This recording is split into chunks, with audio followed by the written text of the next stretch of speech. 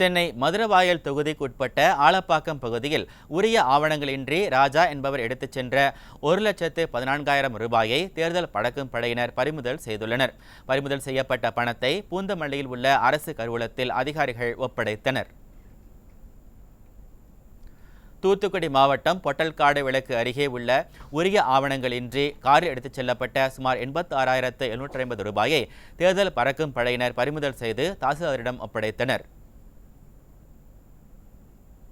தஞ்சாவூர் மாவட்டம் திருவையாறு சட்டமன்ற தொகுதிக்குட்பட்ட கண்டியூர் திருச்சோற்றுதுறை சாலையில் ஆவிக்கரை பகுதியில் உரிய ஆவணங்களின்றி எடுத்து வரப்பட்ட 1,00,000 ரூபாயை தேர்தல் கண்காணிப்பு குழுவினர் பறிமுதல் செய்தனர். நாடாளுமன்ற தேர்தலையொட்டி தேர்தல் விதிகள் அமலுக்கு வந்துள்ள நிலையில் ராமநாதபுரம் மாவட்டம் திருவாடானை அருகே 1,77,000 ரூபாய் ரொக்கப்பணம் மற்றும் ஸ்டாலின் வாரிசு அமைச்சரின் படத்துடன் கூடிய டி-ஷர்ட் பண்டல்கள் பறிமுதல் செய்யப்பட்டன. மதுரை மாவட்டம் கிழக்கு சட்டமன்ற தொகுதிக்குட்பட்ட சக்குடி பகுதியில் உரிய ஆவணங்களின்றி காரில் எடுத்து வரப்பட்ட 1,32,500 ரூபாய் ரொக்க பணத்தை தேர்தல் பறக்கும் படையினர் பறிமுதல் செய்தனர். அதேபோன்று கடவூர் பகுதியில் உரிய ஆவணங்களின்றி லாரி மூலம் எடுத்து வரப்பட்ட பல ஆயிரம் ரூபாய் மதிப்பிலான பரிசு பொருட்கள், சட்டைகள், பட்டாசுகளை பறிமுதல் செய்த தேர்தல் பறக்கும் படையினர் அவற்றை மாவட்ட ஆட்சியர் அலுவலகத்தில் ஒப்படைத்தனர்.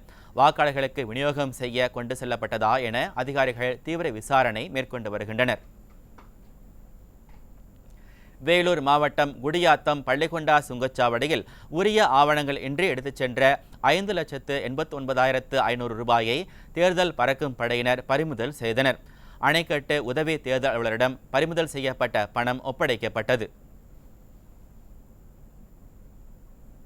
திருப்பத்தூர் மாவட்டம் ஆம்பூர் அடுத்த பாலூர் பகுதியில் மினி சரக்கு வாகனத்தில் உரிய ஆவணங்கள் இன்றி எடுத்துச் செல்லப்பட்ட 81,500 ரூபாயை தேர்தல் பறக்கும் படை அதிகாரிகள் பறிமுதல் செய்தனர்.